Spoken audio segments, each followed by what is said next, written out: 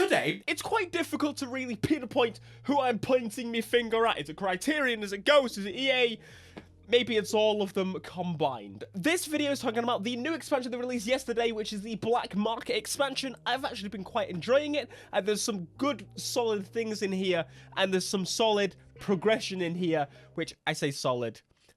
We know Ghost has dissolved, and at this point Criterion is taking over Need for Speed. But to what extent? Are they doing the DLC now? Is it Ghost UK's remains that are doing the DLC? Who is it? The good stuff, we got new content. The content is actually itself pretty darn good. We actually got some progression to unlock that content, which in general is pretty damn good, because a lot of people were asking, we don't just need this, we need more races, we need more progression, and that's what we got given. We got both things that most people were asking for. So Theo, why are you complaining about the bloody grind? You like the grind, how dare you? Here's the bad. Need for Speed Heat fixed a major issue that was around since Need for Speed 2015. When we played through that game as a fake grind, almost, they locked away customization parts behind doing certain objectives, which in summary, I think was fine. It was pretty simple stuff, right? Reach top speed and you get this certain wing and that kind of, like, that was okay. It wasn't great, but one of the main things with this game, and they were like, look, it's gone. No more of that locked behind the businessness. It's gone. If you can afford it from grinding money, if you're the right level, you can buy that car, you can customize it to your extent that you want. And honestly, it felt kind of nice. It's a nice, you know what?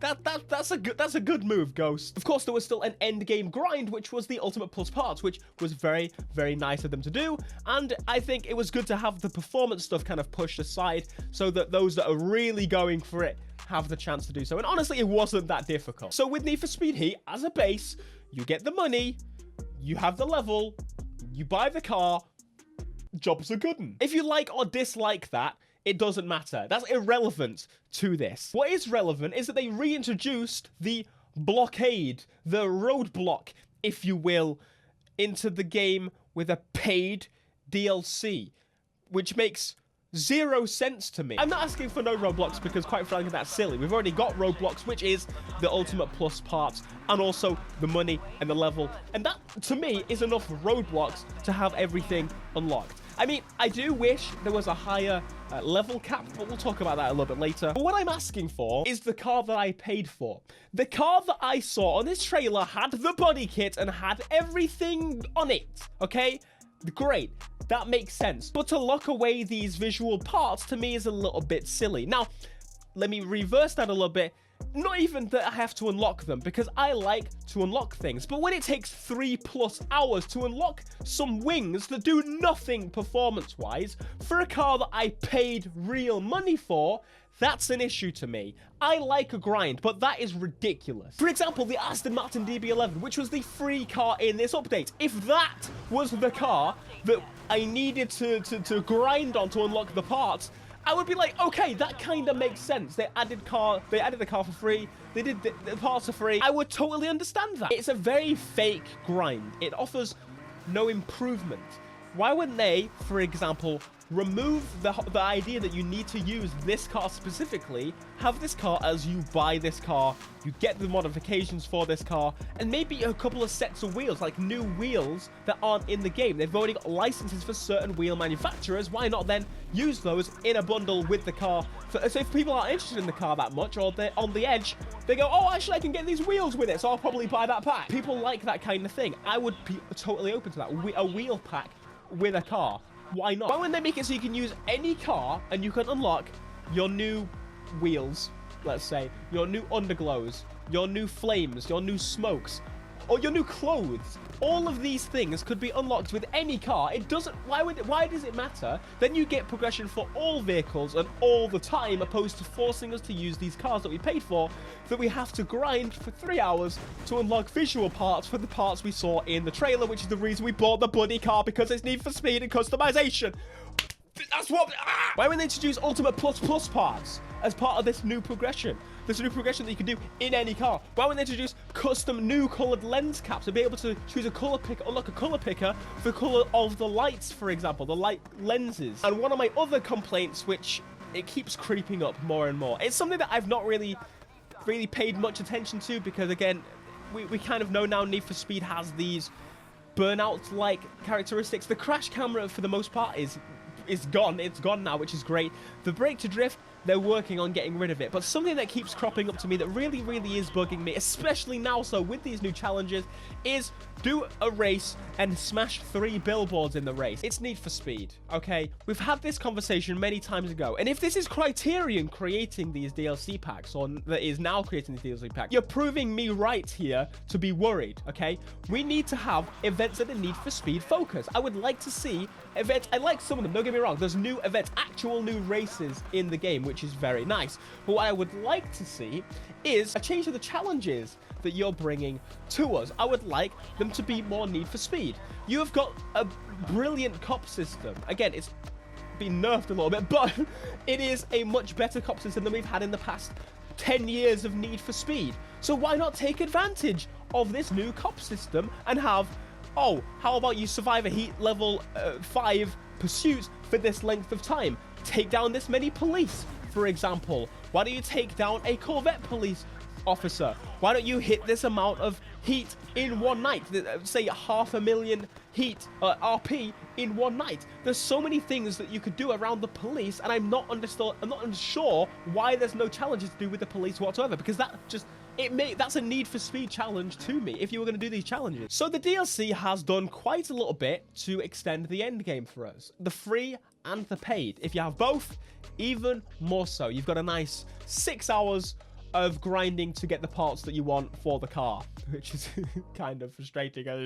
It does seem very banged together, literally just mashed. Like, here you go. The new race routes are very nice, like them a lot. But why were these not used to do some kind of league storyline?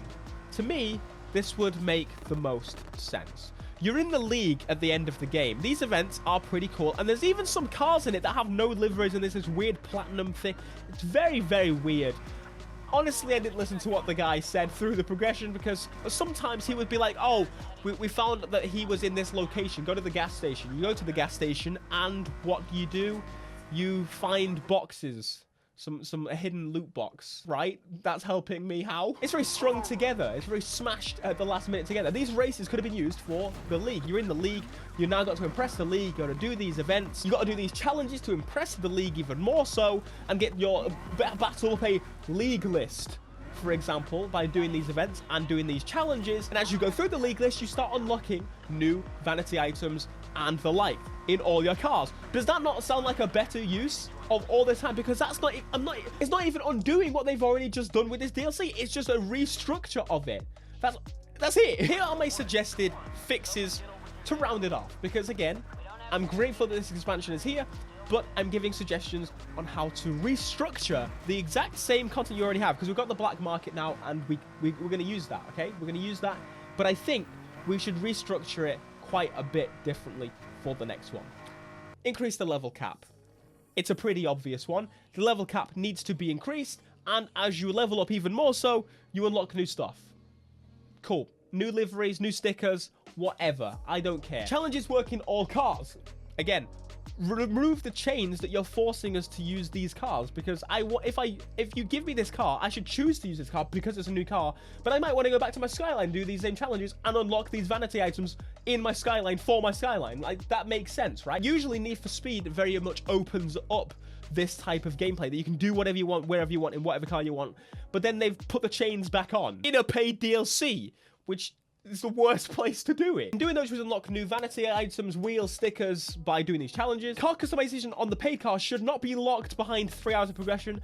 Make it so that we do one set of challenges, 2 set of challenges, and we get all the visual parts, and then we can keep going if we want to unlock the vanity items, the clothes, and the like. Actual Need for Speed challenges instead of Burnout. We had the identity crisis 10 years ago now, almost. Please let's not have this again. If this is Criterion's first gig, I hope they can learn from this, okay?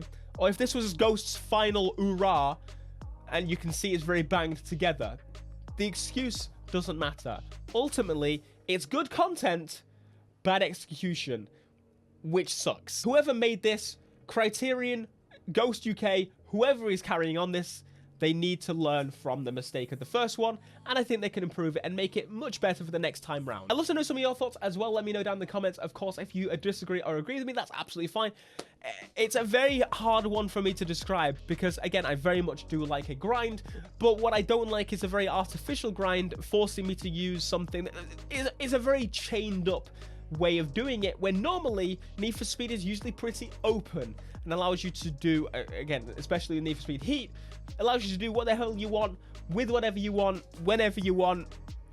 It's very nice. Like, you can off-road in a 918, for example, like I very much have on my channel quite a few times. Get the chains off. Alright, be sure to smash like, subscribe if you're new, and I'll see you in the next Need for Speed Heat video. Until next time, my friends, peace.